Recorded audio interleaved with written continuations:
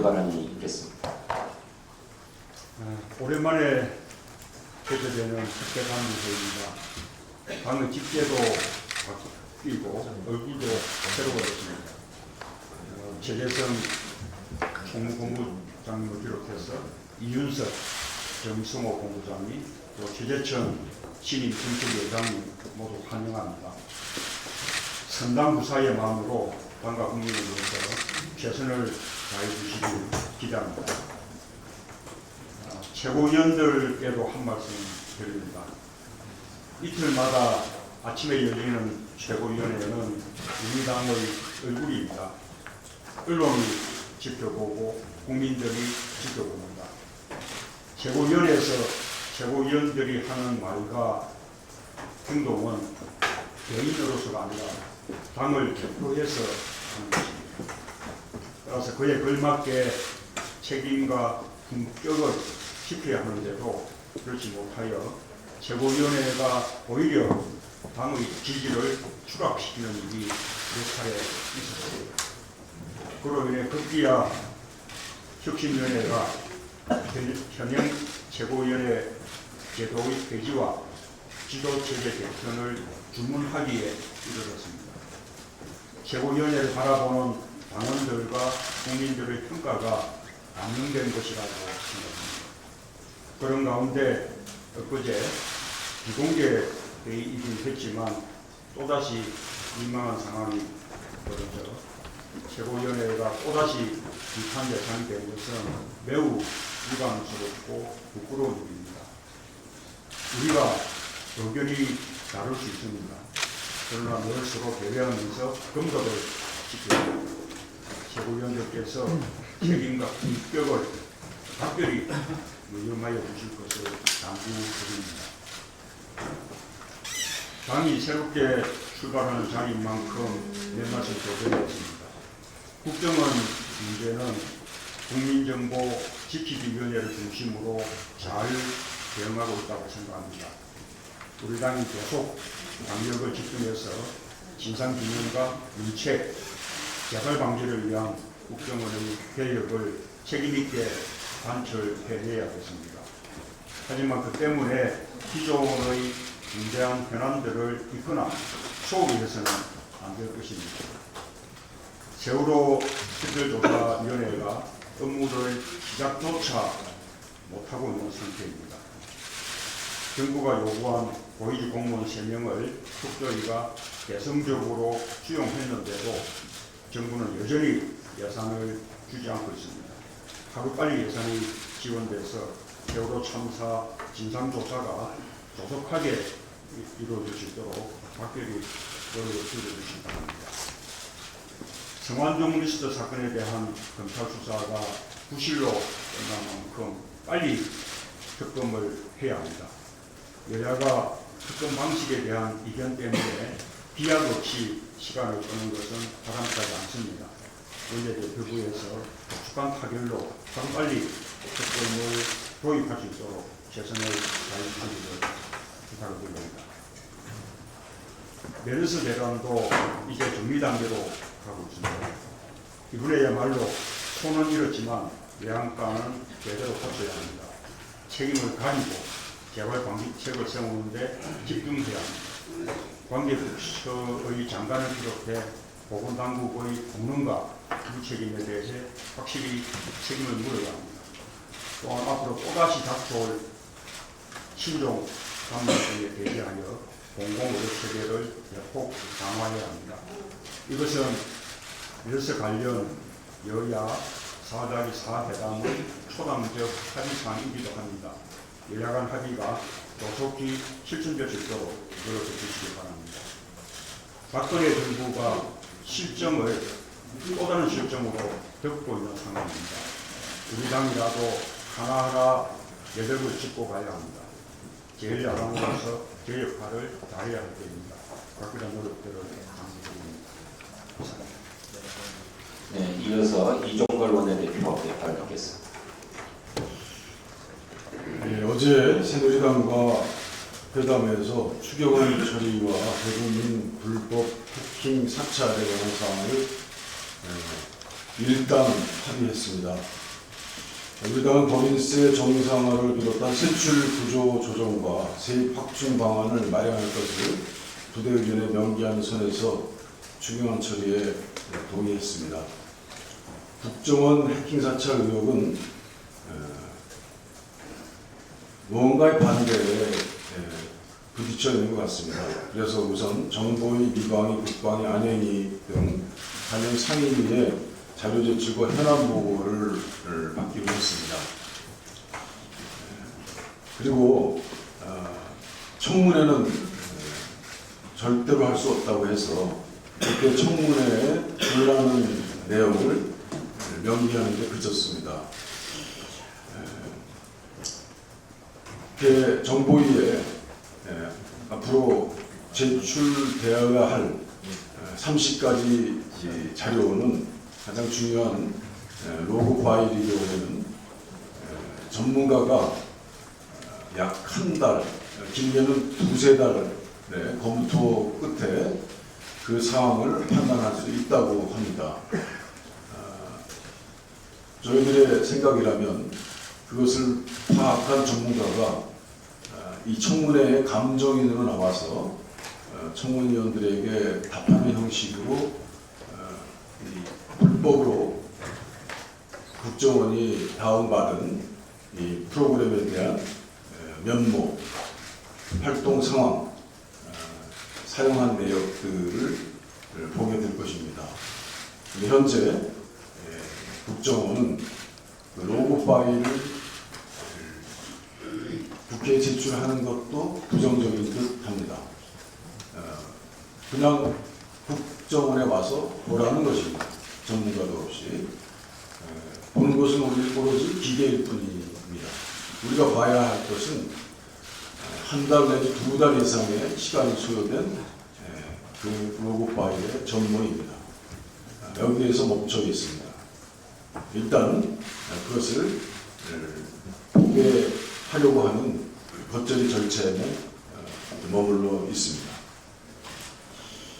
협상을 진행하면서 커튼 뒤에 지침을 하달하고 있는 대통령의 보이지 않는 손을 마주해야 했습니다. 하명사항이 항상 있는 답안지를 보는 듯 했습니다. 모범답안에서 합의를 만들어야 할 어려운 협상일 수밖에 없었습니다. 이제 대통령이 대화가 아니라 권력으로 국회를 간접 지배하는 현재의 정치 질서를 깨뜨리는 노력이 더욱더 절실한 상황입니다.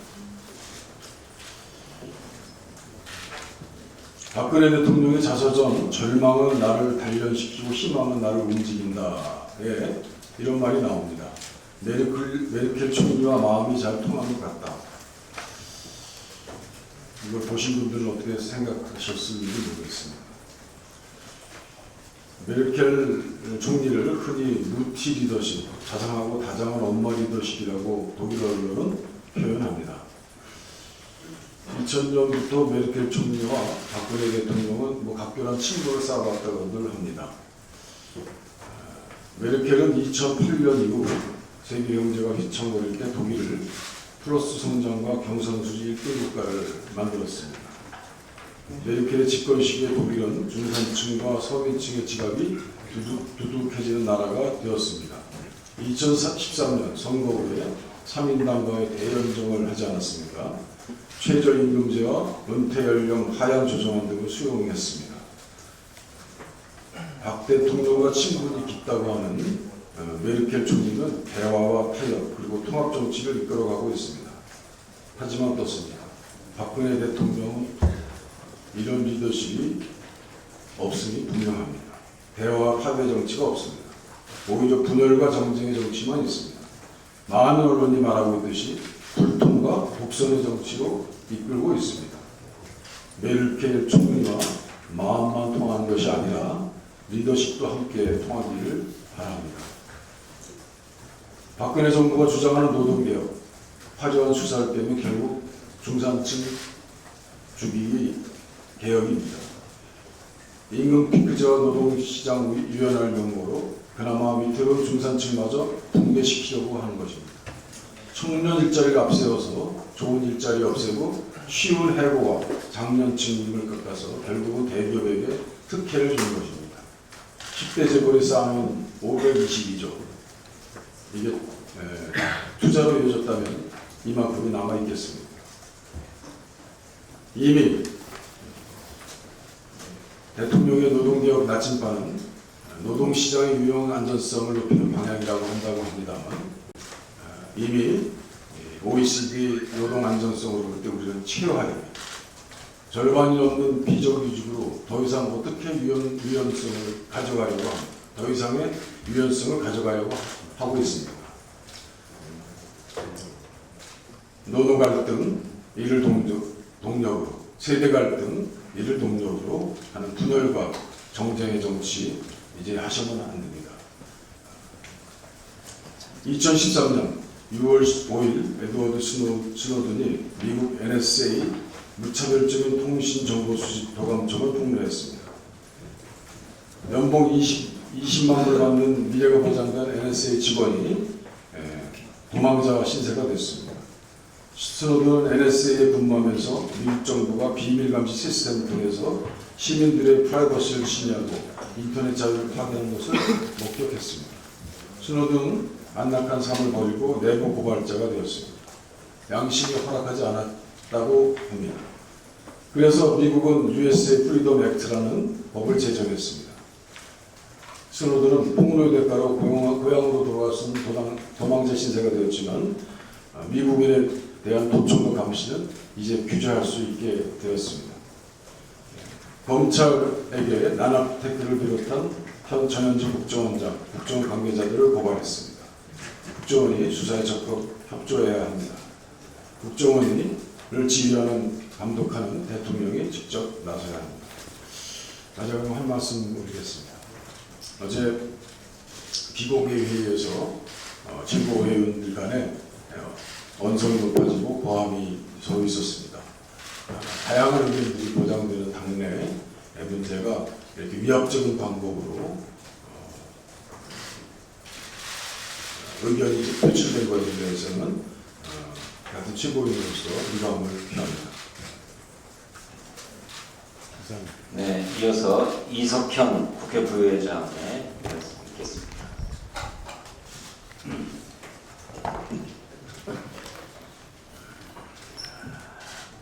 겸손한 기능직이 자신의 결정으로 자료를 삭제하고 20년 경력의 최고 보안 전문가가 디가우징 처리를 안 하고 딜리트 키로 삭제했다고 합니다. 이런 믿기 어려운 해명들 때문에 국정원을 못 믿는 것이고 검찰의 수사가 불가피합니다. 지난번 대선 개입 의혹 사건 때도 국정원은 압수수색도 거부하고 진술도 하지 않았습니다. 안철수 위원장이 진실 규명을 위해 30개 자료를 제출하라고 요구했지만 현재 단 한 건도 제출하지 않고 있는 상태입니다. 이번 사건은 국정원이 협조하지 않는 한 수사와 조사가 제대로 될 수가 없습니다.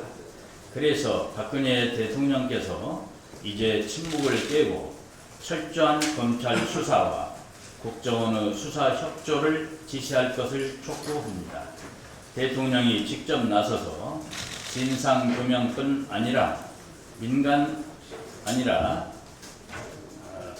사찰의 소지를 단절한 후에 세계 최고의 사이버 안보기관으로 거듭나게 하는 일에 나선다면 야당도 협조를 아끼지 않을 것입니다. 이효 여사께서 8월 5일 북한을 방문합니다. 남북 대화의 활로가 열리는 계기가 되기를 기대합니다.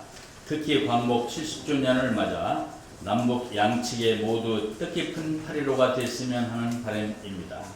얼마 전 외신을 통해서 북한에 억류 중인 대학생 주원문 씨가 집에 돌아오고 싶다고 간절히 말하는 인터뷰가 보도되었습니다.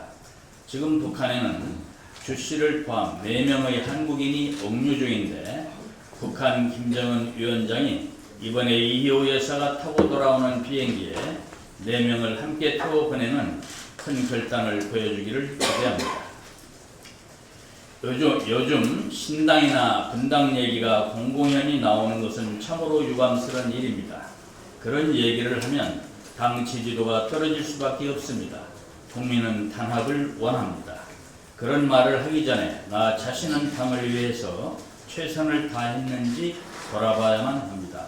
그런 말은 온갖 탄압과 고난을 무릅쓰고 60년 정통 야당의 맥을 이어온 선배들에게 등 돌리는 일이고 지지해준 국민에 대한 도리도 아닙니다. 그런 뜻에서 당원으로서의 최고의 막말은 신당과 분당입니다. 당원 모두가 자중자애하면서 우리 당을 승리하는 당으로 만들어갈 것을 호소합니다. 이상입니다. 예, 다음으로 전병헌 최고위원의 발언이 있겠습니다. 예, 경찰이 어제 국정원 직원의 빨간 마티즈 번호판 색깔에 대한 의혹 제기에 대해서 실험을 통해 동일 차량이라는 해명을 했습니다. 차량 번호판에 대한 문제들은 단지 번호판 색깔이 다르다는 문제의 차원이 아닙니다. 이 문제를 국민들이 제기하는 이유는 국정원 해킹 사찰 사건에 열쇠를 쥐고 있는 20년 베테랑의 국정원 요원의 죽음을 둘러싼 의문에 대한 매우 중요한 단서일 수 있기 때문입니다. 또한 국정원 내부의 움직임을 파악할 수 있는 아주 중요한 실마리가 되기 때문입니다. 이 사안은 국정원 국민 해킹 사찰 문제와 관련해서 아무 자료도 제출하지 않고 있는 국정원이 무엇인가 숨기고 은폐하고 있다는 사실을 그나마 알려줄 수 있는 유일하게 공개된 물증일 수도 있기 때문입니다. 국민적 의심이 지적되고 있는 문제에 대한 합리적인 합당한 문제 제기입니다. 이것을 음모론이라고 폄훼하는 것이야말로 진상규명을 방해하려는 진짜 음모론입니다. 대국민 해킹 사찰 의혹에 대해 투명하고 객관적인 조사가 이루어지지 않기 때문에 또 객관적인 자료를 내놓지 않고 오히려 방해하고 있기 때문에 벌어지고 있는 일인 것입니다. 어제 검찰의 해명에도 불구하고 국민의 의혹은 해소되지 못하고 있습니다. 경찰 발표에 여러 가지 문제가 있습니다만 오늘은 핵심적인 사안 두 가지만 지적을 하겠습니다. 첫째, 경찰이 공개한 실험 결과 녹색 번호판의 바탕과 글자색이 모두 흰색으로 나타났습니다. 하지만 사고 당일 CCTV 속에는 흰 바탕에 검은색 번호의 흔적이 육안으로 식별할 정도로 나타나고 있습니다. 경찰의 해명대로 과도한 빛의 노출로 인해서 녹색 번호판이 흰색으로 변한다면 흰색 번호는 당연히 흰색으로 나와야 되는 것 아니겠습니까? 그런데 사고 현장 당시의 CCTV에 나온 사진은 이와 같이 분명하게 흰색 바탕에 검은색 번호가 이렇게 일부 나타나고 있는 것입니다. 이것은 경찰이 어제 공개한 재현실은 CCTV입니다. 이 영상과 이 영상은 확연히 다르다는 것을 우리 언론 여러분께서도 아실 수 있을 것입니다.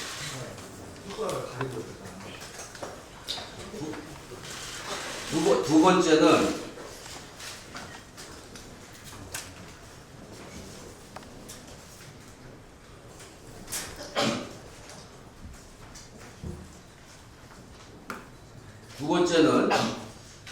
사건 당일 CCTV를 보면 차량 앞쪽의 번호판과 뒤쪽의 번호판 모두 흰색으로 나타나고 있습니다. 또한 북동쪽으로 갈 때와 되돌아 나올 때 차량 앞뒤 번호판 모두 흰색으로 나타납니다. 당시 해가 뜨지 않았던 흐린 날씨를 고려하더라도 빛의 간섭에 의한 색조 변화는 성립되기 어려운 조건이 아니었는가라는 생각을 지울 수가 없습니다. 경찰의 해명대로 과도한 비추의 노출 때문에 녹색 번호판이 흰색 번호판으로 보인다면 흰색 글자는 당연히 흰색으로 보여야 할 것이고 또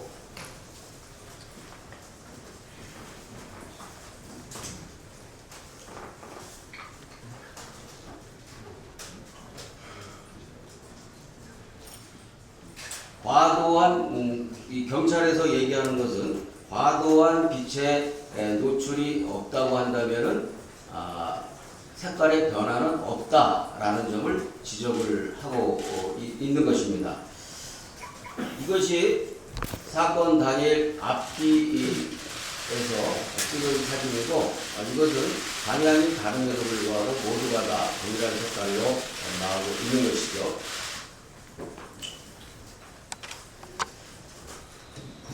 특히 차량 번호판의 경우는 방범과 과속 단속 등의 이유로 빛의 반사를 흡수하도록 되어 있습니다. 일반 자연 채광으로는 빛의 간섭 효과가 제한적일 수밖에 없다는 점입니다. 경찰이 국가수에 정밀 검사를 요청했다고 합니다. 국가수가 엄정하고 보다 객관적인 그리고 타당성 있는 정밀 검사로 국민적 의혹과 불신을 해소해야 할 것입니다. 어제 이 문제의 마티즈 차량과 관련해서 의미 있는 제보가 접수되었습니다. 지난 22일 차량 번호판에 대한 의혹을 제기한 바로 그날 국정원 요원의 사고 차량이 갑자기 폐차 말소되었다는 제보였습니다. 사실이라면 경찰이 왜 국정원 불법 국민 사찰의 핵심 인물의 사고 차량을 사건이 종결되기도 전에 그것도 차량에 대한 국민적 의혹이 제기된 시점에 갑자기 폐차했냐는 것입니다.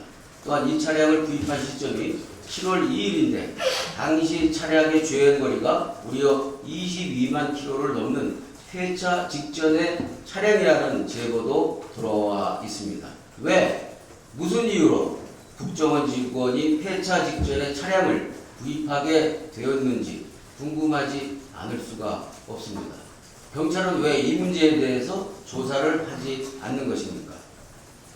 이탈리아의 해킹팀이 해킹당한 직후 국내 언론에 알려지기 전까지 이를 미리 알았을 국정원과 담당 직원에게 어떤 일이 벌어졌는지 낱낱이 해명하고 밝혀야 할 것입니다.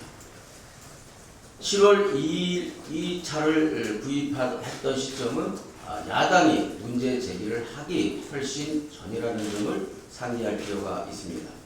경찰은 사고 차량의 차량 원본을 스스로 즉시 공개하고 폐차가 사실이라면 중요 증거물의 폐차 말소 경위에 대해서 누가 지시했고 집행했는지 분명히 밝혀야 할 것입니다.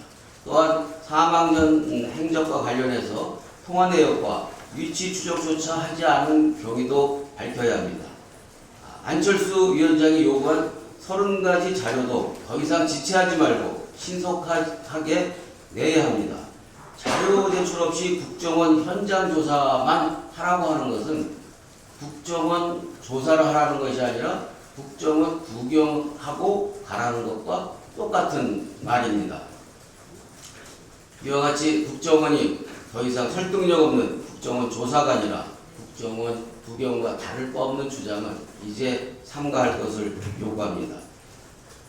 자료 제출과 진상 규명을 이렇게 반의하니까 의혹을 꼬리를 물고 있는 것 아닙니까?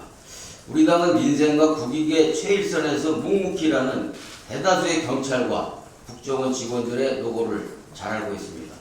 저도 누구보다 잘 알고 있는 사람입니다. 다만 경찰과 국정원을 정치 개입과 충성 경쟁의 도구로 삼고자 하는 세력들이 있다면 이에 대해서는 단호히 맞설 수밖에 없습니다. 네, 이어서 오영식 최고위원의 발언이 있겠습니다. 앞서 마티즈 번호판 관련된 의혹에 대해서 우리 전명철 교수님 말씀하셨습니다. 사망한 국정원 임과장은 소위 유서에서 자료를 삭제했으니 걱정하지 말라고 했습니다. 자료 복원에 대한 의혹이 제기되자 국정원은 삭제된 자료 100% 복원이 가능하다고 장담했습니다. 더불어 국정원의 국장 출신인 여당 간사, 정부의 여당 간사 새누리당 이철호 의원은 어제 숨진 국정원 직원이 단순히 삭제 버튼을 누르는 방식으로 자료를 삭제했기 때문에 복구가 쉬웠고 현재 절반 이상 복구가 이루어진 것으로 안다고 이야기했습니다. 삭제 버튼을 눌러서 삭제를 한 것은 여러분들 아시다시피 컴퓨터 휴지통에서 복원 버튼만 누르면 끝나는 겁니다. 이제 겨우 절반 복원됐다라고 하는 말조차도 사실은 상식적으로 이해하기 어렵습니다. 또한 사망한 임 과장은 국정원 내규상 삭제 권한이 없는 위치였고 이미 지난 4월 다른 부서로 전출한 상태라고 하는데 권한도 없는 직원이 어떻게 삭제했는지도 의문입니다. 삭제 권한이 없는 직급의 컴퓨터 전문가가 복구가 가능한 방식으로 삭제를 했다는 것 또한 납득하기 어렵습니다. 국정원은 이러한 의혹들에 대해서 적극적으로 나서서 진상을 밝혀야 할 것입니다. 국회 차원에서 요구하는 자료 제출에 적극적으로 성실히 임해야 할 것입니다. 국민의 열쇠로 운영되는 국정원에 대한 국민들의 의혹이 점점 더 커져가고 있는데 이 의혹들에 대해서 국정원이 외면하고 납득하기 어려운 변명으로 일관한다면 이것은 손바닥으로 하늘을 가리는 행태와 다르지 않습니다. 새누리당 또한 여야라고 하는 당리당략을 넘어서 국민의 기본권을 지키기 위한 진실 규명에 적극 협조하고 동참해야 할 것입니다.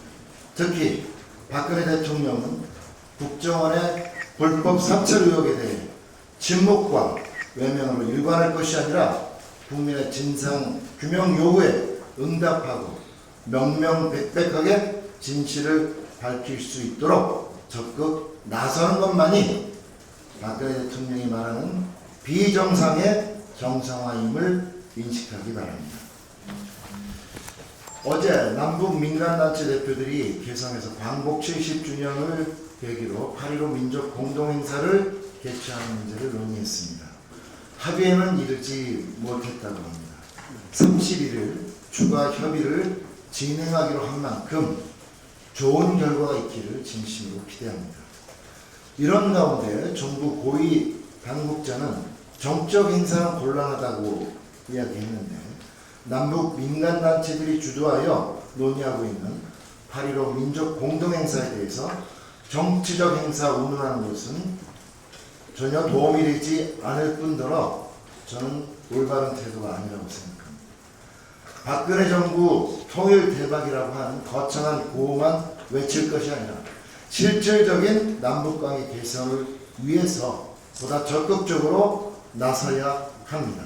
남북 민간단체들이 광복 70주년을 기념하고 한반도 평화와 통일을 위해 힘을 모으기 위해서 준비하는 공동행사가 성공적으로 개최될 수 있도록 가능한 모든 지원을 아끼지 말아줄 것을 강력히 촉구하는 바입니다. 이상입니다. 네, 이어서 유승희 최고위원의 발언이 있겠습니다.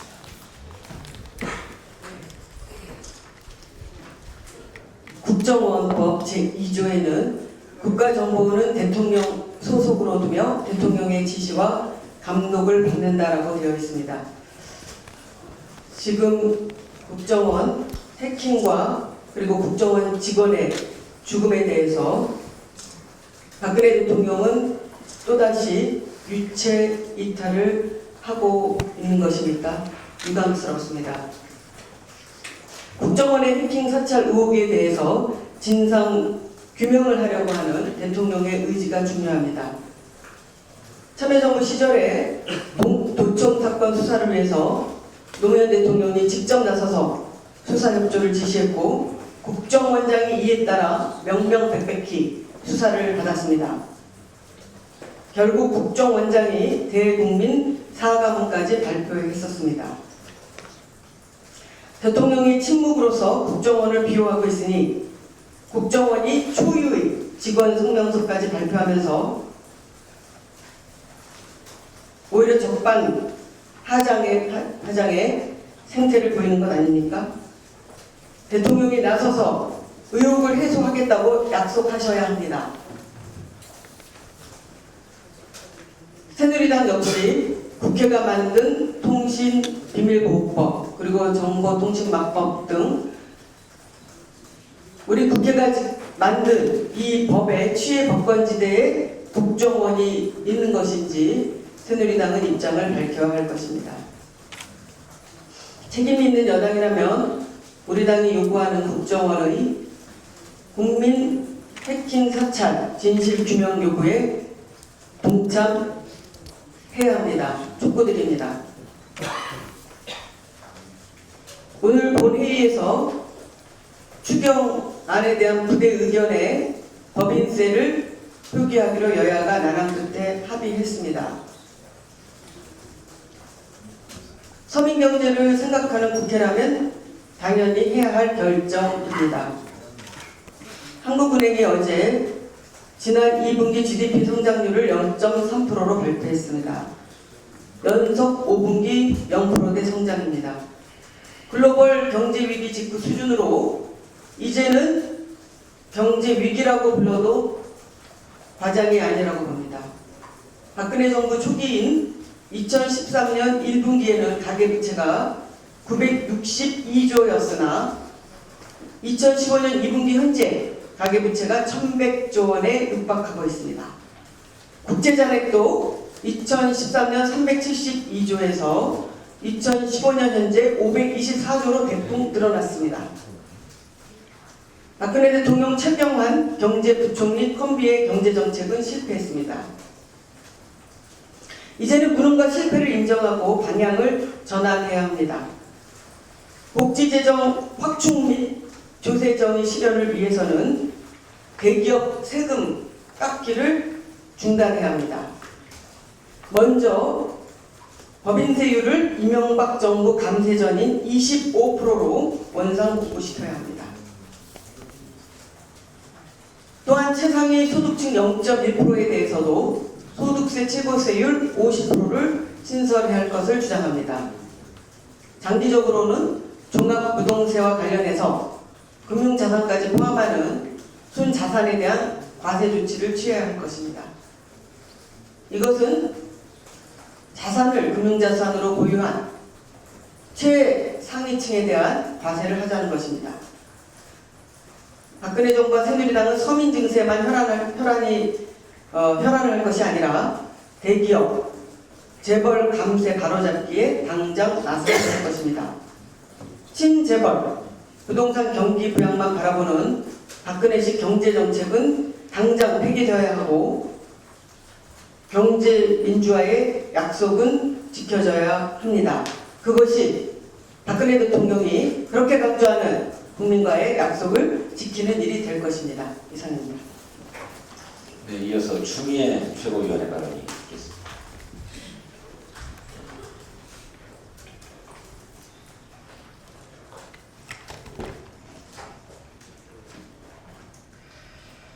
국정원 해킹 프로그램 구입에 대해서 이 사안의 핵심은 안보 목적용이 아니었고 정치 목적이라는 의혹이 있다는 것입니다. 특히 이 해킹 프로그램을 2012년 대선 직전에 30개나 추가 구입했다는 것을 왜 그렇게 했는지 밝혀야 합니다. 대선 전에 북한이 정보 전으로 우리를 공격했다고 한다든지 하는 그런 특수한 상황이 밝혀지고 있지 않고 거기에 대한 구체적인 해명도 없습니다. 또 여당은 특히 서청원 최고위원은 필요한 해킹은 해야 한다라고 하면서 마치 필요성이 있어서 정당한 것처럼 강변을 하고 있습니다. 그러나 아무리 필요하다고 하더라도 그 목적 자체가 정치 목적이어서는 안 되는 것이고 반드시 안보 목적이라는 타당한 설명이 있어야 하는 것입니다. 국정원은 간첩이 쓸 것 같지도 않은 오픈소스에 해당하는 안드로이드 폰에 대한 해킹을 문의를 했습니다. 또 국내 메신저인 카톡에 대해서 해킹 문의도 했습니다. 만약에 이에 대해서 필요성이 있었다면 얼마든지 국내법에 의해서 법원의 압수수색 영장을 발부받아서 전부 다 들여다볼 수 있었습니다. 만약 안보 위협이 대선 전에 가중이 됐다고 한다면 대통령으로부터 서면으로 승인을 받아서 대처할 수가 있었습니다. 구태여 해킹 프로그램을 구입하고 해외 기술 자문을 구할 필요가 없었던 것입니다. 그래서 필요한 해킹을 해야 한다는 정부 여당의 말은 매우 의심스럽습니다. 국정원은 영장을 받을 수 없는 상대에 대해서 도청할 필요가 있었다는 것이 되는 것이고, 그것은 바로 안보 목적용이 아니라 정치 목적이었다는 의혹을 강하게 제기할 수밖에 없는 것입니다. 그 의혹이 먼저 규명이 돼야 하는 것입니다. 그 무엇보다 국정원에 대한 지휘 책임이 있는 박근혜 대통령과 국정원 스스로가 이 문제에 대해서 명쾌하게 응답하지 않는다면 여기에 대한 전면적인 수사는 불가피하다 할 것입니다. 말씀을 마치겠습니다. 네, 이어서 이용도 최고위원의 발언 듣겠습니다.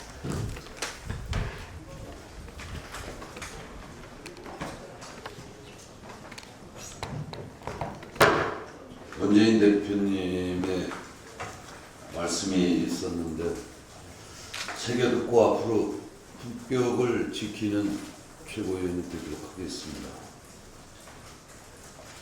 그리고 이종걸 원내대표님의 유감 표명이 있었는데 죄송합니다. 이제 방법을 달리하겠습니다.